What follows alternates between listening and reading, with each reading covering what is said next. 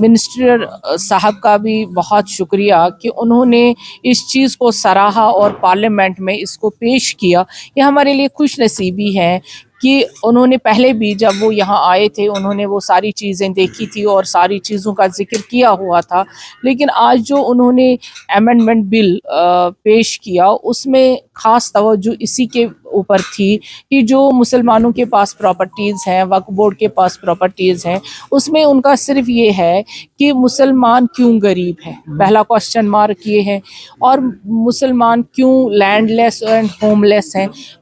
अगर आपके पास इतना लैंड है अवेलेबल तो क्यों आप गरीब हैं, क्यों आपके पास ये नहीं है। जब जम्मू कश्मीर वक्फ बोर्ड इतना काम कर सकता है, छोटा ही बोर्ड है क्योंकि हमारी रियासत ही छोटी है, तो फिर बाकी बोर्ड क्यों नहीं करते हैं। तो ये अमेंडमेंट्स का जो निचोड़ है वो हमें लग रहा है कि कहीं ना कहीं मुसलमान तरक्की करेगा, मगर अगर हमारे वक्फ बोर्ड सही तरीके से काम करेंगे।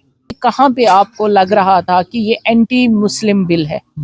हमें तो लगा कि जो ये अमेंडमेंट्स जिस तरह से बोल रहे हैं कि मुसलमानों को जो वक्फ बोर्ड के पास प्रॉपर्टीज़ हैं उनको बरोए कार लाके लोगों की मदद करनी चाहिए। जो दरगाहें हैं, जो मस्जिदें हैं, उन पे तो कोई खुदा न खास्ता कोई बात नहीं हुई, बल्कि डेवलपमेंट की बात हुई है। तो डेवलपमेंट को आप हमेशा क्रिटिसिज्म में क्यों बदलते हैं? हमें तो कहीं पे हम भी वेट कर रहे थे, वॉच कर रहे थे, देख रहे थे, तो वहाँ क्रिटिसिज्म करने की कोई गुंजाइश ही नहीं है। हमें तो मेजॉरिटी है, अब जब पास हो जाएगी तो मुझे लगता है जो अमेंडमेंट्स हैं वो बेटरमेंट के लिए हैं।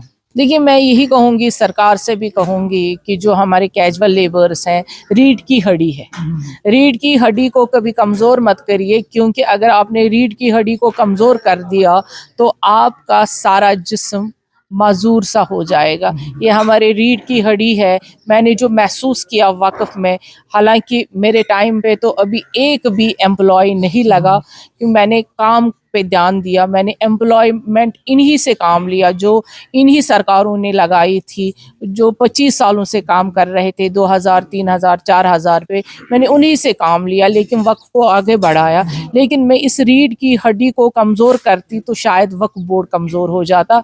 इन्हीं को लगाकर मुझे खुशी हो रही है, मुझे यही उम्मीद है कि सरकार भी अपनी इन जो हमारे 2000, 3000 पे काम कर रहे हैं इनके बारे में सोचेगी, और इस जम्मू कश्मीर के लोगों को फ़ायदा भी मिलेगा और हमारा ये सरकारी जो महकमे हैं वो भी दिन दोगुनी और रात चौगुनी तरक्की करेंगे।